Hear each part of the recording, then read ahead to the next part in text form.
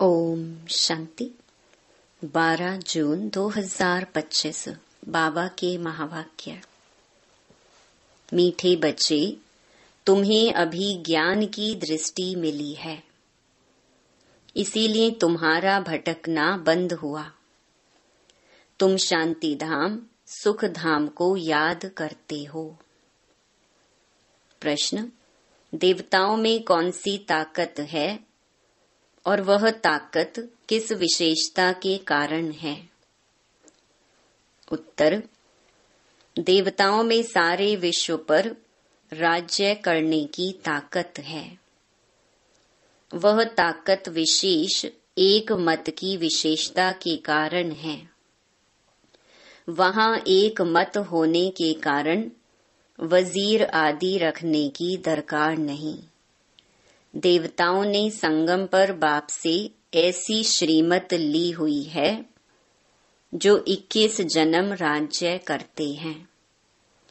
वहां एक राजा की एक दैवी फैमिली होती, दूसरी मत होती नहीं।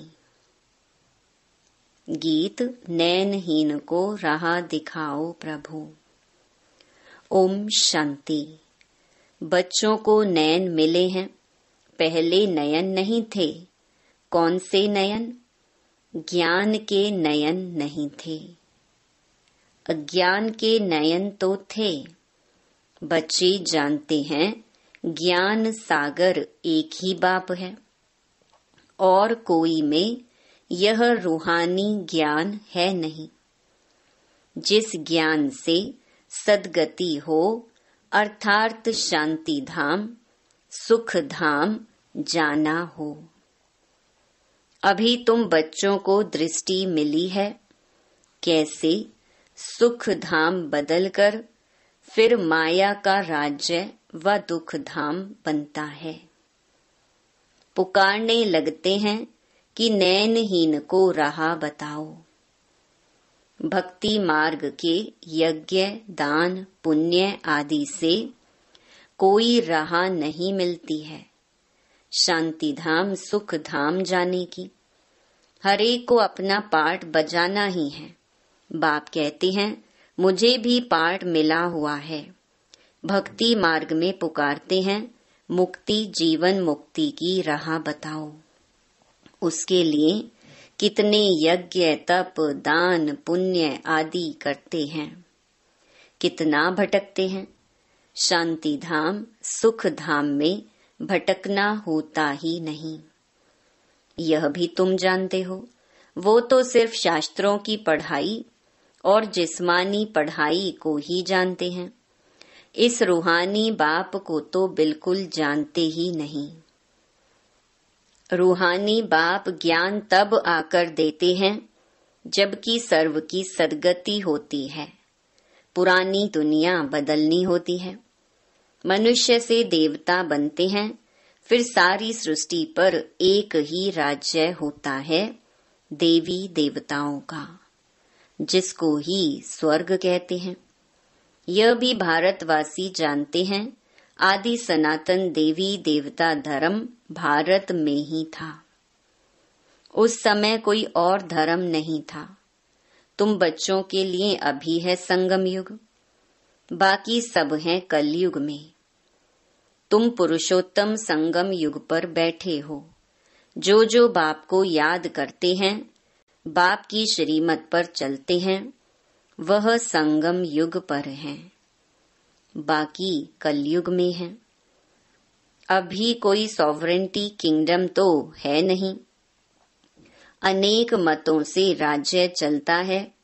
सतयुग में तो एक महाराजा की ही मत चलती है, वजीर नहीं होते। इतनी ताकत रहती है। फिर जब पतित बनते हैं तो वजीर आदि रखते हैं, क्योंकि वह ताकत नहीं रहती। अभी तो है ही प्रजा का राज्य। सतयुग में एक मत होने से ताकत रहती है। अभी तुम वह ताकत ले रहे हो।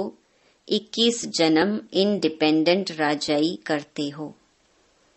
अपनी ही दैवी फैमिली है। अभी यह है तुम्हारा ईश्वरीय परिवार।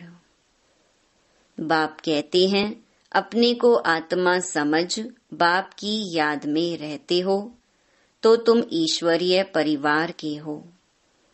अगर देह अभिमान में आकर भूल जाते हो तो आसुरी परिवार के हो। 1 सेकंड में ईश्वरीय संप्रदाय के और फिर 1 सेकंड में आसुरी संप्रदाय के बन जाते हो।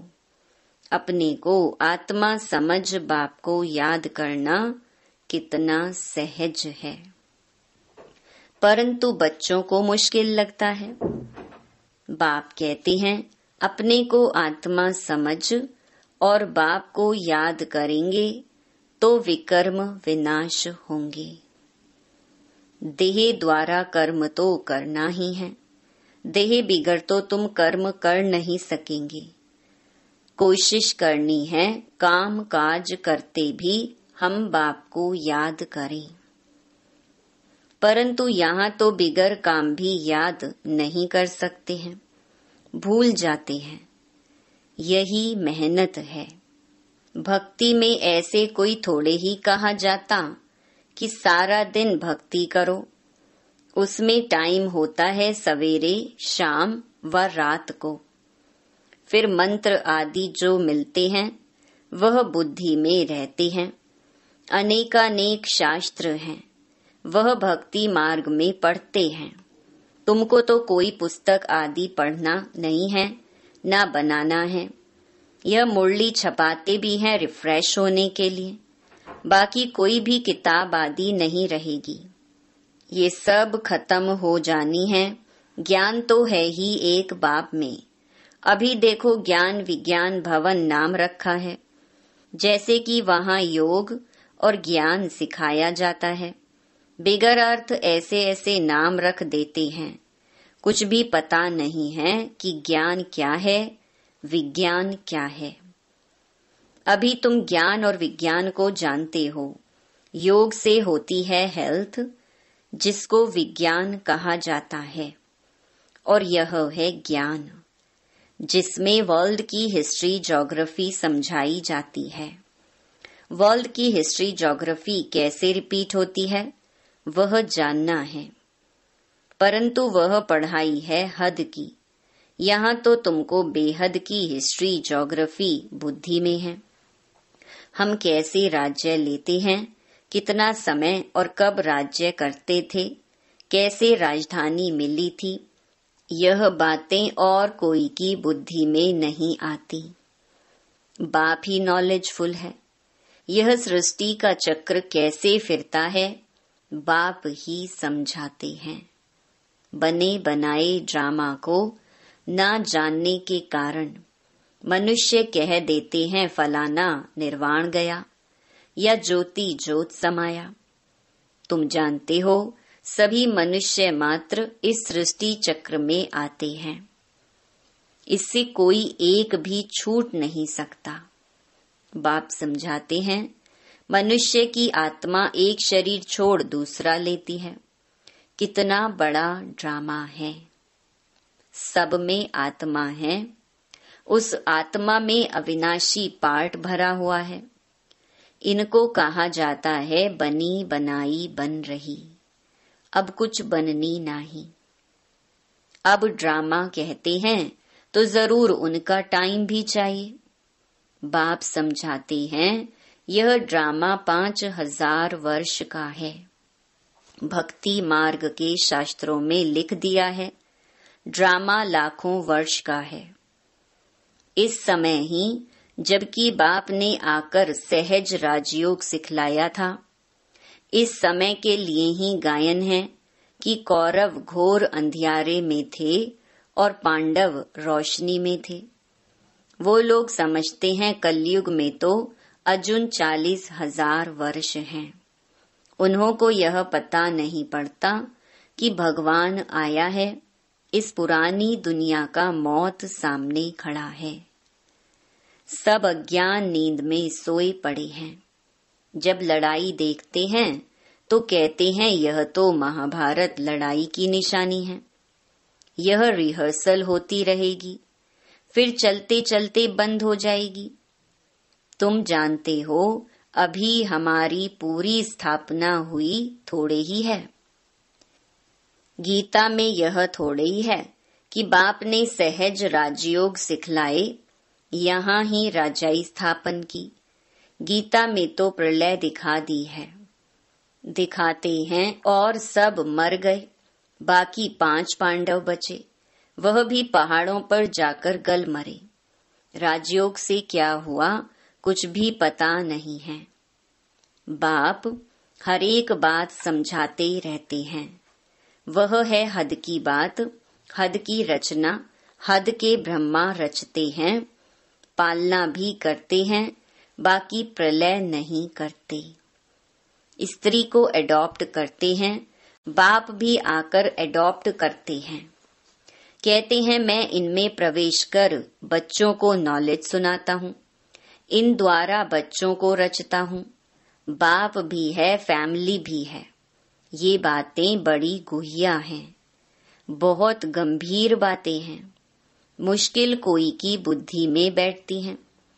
अब बाप कहते हैं पहले पहले तो अपने को आत्मा समझो। आत्मा ही एक शरीर छोड़ दूसरा लेती है। शरीर पर ही भिन्न भिन्न नाम पड़ते हैं। नाम, रूप, फीचर्स सब भिन्न भिन्न हैं। एक के फीचर्स दूसरे से ना मिले। हर एक आत्मा के जन्म जन्मांतर के अपने फीचर्स हैं। अपनी एक्ट ड्रामा में नोंधी हुई है, इसीलिए इनको बना बनाया ड्रामा कहा जाता है। अभी बेहद का बाप कहते हैं मुझे याद करो तो विकर्म विनाश हो। तो हम क्यों ना बाप को याद करें, यही मेहनत की बात है। तुम बच्चे जब याद की यात्रा में बैठते हो तो माया के तूफान आते हैं, युद्ध चलता है, उससे घबराना नहीं है। माया घड़ी घड़ी याद को तोड़ेगी। संकल्प विकल्प ऐसे ऐसे आएंगे जो एकदम माथा खराब कर देंगे। तुम मेहनत करो। बाप ने समझाया है इन लक्ष्मी नारायण की कर्मेंद्रियां वश कैसे हुई। यह संपूर्ण निर्विकारी थे। यह शिक्षा इन्हों को कहाँ से मिली? अभी तुम बच्चों को यह बनने की शिक्षा मिल रही है। इनमें कोई विकार नहीं होता। वहाँ रावण राज्य ही नहीं, पीछे रावण राज्य होता है।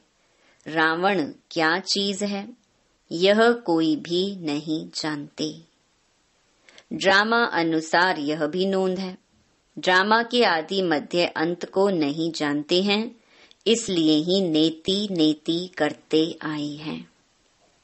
अभी तुम स्वर्गवासी बनने के लिए पुरुषार्थ कर रहे हो। यह लक्ष्मी नारायण स्वर्ग के मालिक है ना। इन्हों के आगे माथा टेकने वाले तमो प्रधान कनिष्ठ पुरुष हैं। बाप कहते हैं पहले पहले तो एक बात पक्की कर लो, अपने को आत्मा समझ बाप को याद करो। इसमें ही मेहनत है। जैसे 8 घंटे सरकारी नौकरी होती है ना। अभी तुम बेहद की सरकार के मददगार हो। तुमको कम से कम 8 घंटा पुरुषार्थ कर याद में रहना है। यह अवस्था तुम्हारी ऐसी पक्की हो जाएगी जो कोई की भी याद नहीं आएगी। बाप की याद में ही शरीर छोड़ेंगे, फिर वही विजय माला के दाने बनेंगे। एक राजा की प्रजा कितनी ढेर होती है, यहाँ भी प्रजा बननी है। तुम विजय माला के दाने पूजने लायक बनेंगे।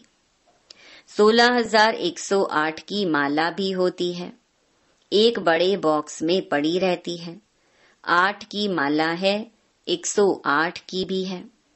अंत में फिर 16,108 की भी बनती है। तुम बच्चों ने ही बाप से राजयोग सीख सारे विश्व को स्वर्ग बनाया है, इसलिए तुमको पूजा जाता है। तुम ही पूज्य थे, फिर पुजारी बने हो। यह दादा कहते हैं, हमने खुद माला फेरी है। लक्ष्मी नारायण के मंदिर में यूं तो रुद्रमाला होनी चाहिए। तुम पहले रुद्रमाला फिर रुंडमाला बनते हो। पहले नंबर में है रुद्रमाला, जिसमें शिव भी है। रुंडमाला में शिव कहाँ से आए? वह है विष्णु की माला। इन बातों को भी कोई समझते थोड़े ही हैं।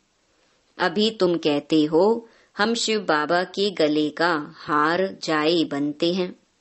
ब्राह्मणों की माला नहीं बन सकती है। ब्राह्मणों की माला होती नहीं। तुम जितना याद में रहते हो, फिर वहां भी नजदीक में ही आकर राज्य करेंगे। यह पढ़ाई और कोई जगह मिल ना सके। तुम जानते हो अभी हम इस पुराने शरीर को छोड़ स्वर्गवासी बनेंगे। सारा भारत स्वर्गवासी बनेगा। इन पर्टिकुलर भारत ही स्वर्ग था। 5000 वर्ष की बात है, लाखों वर्ष की बात हो नहीं सकती। देवताओं को ही 5000 वर्ष हुए। स्वर्ग को मनुष्य भूल गए हैं, तो ऐसे ही कह देते हैं, बाकी है कुछ नहीं। इतना पुराना संवत आदि है थोड़े ही, है ही सूर्यवंशी, चंद्रवंशी, फिर और धर्म वाले आते हैं। पुरानी चीजें काम क्या आएंगी? कितना खरीद करते हैं। पुरानी चीज की बहुत वैल्यू करते हैं। सबसे वैल्यूबल है शिव बाबा। कितने शिवलिंग बनाते हैं। आत्मा इतनी छोटी बिंदी है, यह किसको भी समझ में नहीं आता। अति सूक्ष्म रूप है। बाप ही समझाते हैं, इतनी छोटी बिंदी में इतना पार्ट नुंधा हुआ है। यह ड्रामा रिपीट होता रहता है। यह ज्ञान तुमको वहां नहीं रहेगा। यह प्रायलोप हो जाता है, तो फिर कोई सहज राजयोग सिखा कैसे सकते। यह सब भक्ति मार्ग के लिए बैठ बनाया है। अभी बच्चे जानते हैं, बाप द्वारा ब्राह्मण, देवता, क्षत्रिय 3 धर्म स्थापन हो रहे हैं भविष्य नई दुनिया के लिए। वह पढ़ाई जो तुम पढ़ते हो वह है इस जन्म के लिए। इनकी प्रालब्ध तुमको नई दुनिया में मिलनी है। यह पढ़ाई होती है संगम युग पर। यह है पुरुषोत्तम संगम युग। मनुष्य से देवता तो जरूर संगम पर बने होंगे। बाप बच्चों को सब राज समझाते हैं। यह भी बाबा जानते हैं, तुम सारा दिन इस याद में रह नहीं सकेंगे। इम्पॉसिबल है। इसीलिए चार्ट रखो। देखो हम कहाँ तक याद में रह सकते हैं। देह का अभिमान होगा तो याद कैसे रह सकेगी। पापों का बोझा सिर पर बहुत है, इसीलिए बाबा कहते हैं याद में रहो। त्रिमूर्ति का चित्र पॉकेट में डाल दो, परंतु तुम घड़ी घड़ी भूल जाते हो। अल्फ को याद करने से बे आदि सब याद आ जाता है। बैज तो सदा लगा रहे। लिटरेचर भी हो, कोई भी अच्छा आदमी हो तो उनको देना चाहिए। अच्छा आदमी कभी मुफ्त में लेंगे नहीं। बोले इसका क्या पैसा है? बोलो यह गरीबों को तो मुफ्त में दिया जाता है, बाकी जो जितना दे। रॉयल्टी होनी चाहिए। तुम्हारी रस्म रिवाज दुनिया से बिल्कुल न्यारी होनी चाहिए। रॉयल आदमी आपे ही कुछ न कुछ दे देंगे। यह तो हम सबको देते हैं कल्याण के लिए। कोई पढ़कर भी तुमको पैसे भेज देंगे। खर्चा तो तुम करते हो ना। बोलो हम अपना तन मन धन भारत की सेवा में खर्च करते हैं। अच्छा, मीठे मीठे सिकिलधे बच्चों प्रति मात पिता बाप दादा का याद प्यार और गुड मॉर्निंग। रूहानी बाप की रूहानी बच्चों को नमस्ते। धारणा के लिए मुख्य सार।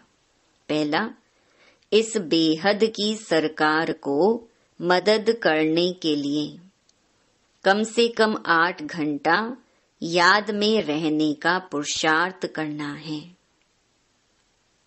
याद में जो माया विघ्न डालती है उससे घबराना नहीं है। दूसरा, इस पुरुषोत्तम संगम युग पर ईश्वरीय संप्रदाय का बन ईश्वर की मत पर चलना है। कर्म करते भी एक बाप की याद में रहने का अभ्यास करना है। वरदान, अंतर्मुखता की गुफा में रहने वाले देह से न्यारे देही भव। जो पांडवों की गुफाएं दिखाते हैं वह यही अंतर्मुखता की गुफाएं हैं। जितना देह से न्यारे देही रूप में स्थित होने की गुफा में रहते हो उतना दुनिया के वातावरण से परे हो जाते हो। वातावरण के प्रभाव में नहीं आते। जैसे गुफा के अंदर रहने से बाहर के वातावरण से परे हो जाते हैं, ऐसे यह अंतर्मुखता की गुफा भी सबसे न्यारा और बाप का प्यारा बना देती है। और जो बाप का प्यारा है वह स्वतः सबसे न्यारा हो जाता है। स्लोगन, साधना बीज है और साधन उसका विस्तार है। विस्तार में साधना को छिपा नहीं देना। अव्यक्त इशारे, आत्मिक स्थिति में रहने का अभ्यास करो, अंतर्मुखी बनो। अंतर्मुखी की निशानी सदा सागर के तले में खोए हुए गंभीर मूर्त। चेहरे द्वारा आत्मिक स्थिति के चिन्ह दिखाई देंगे। एक और मनन चिंतन करने वाला चेहरा और फिर रमणीक अर्थात मुस्कुराता हुआ चेहरा। दोनों ही लक्षण सूरत से प्रत्यक्ष होंगे। अंतर्मुखी सदा हर्षित मुख दिखाई देंगे क्योंकि माया का सामना करना समाप्त हो जाएगा। अच्छा, ओम शांति।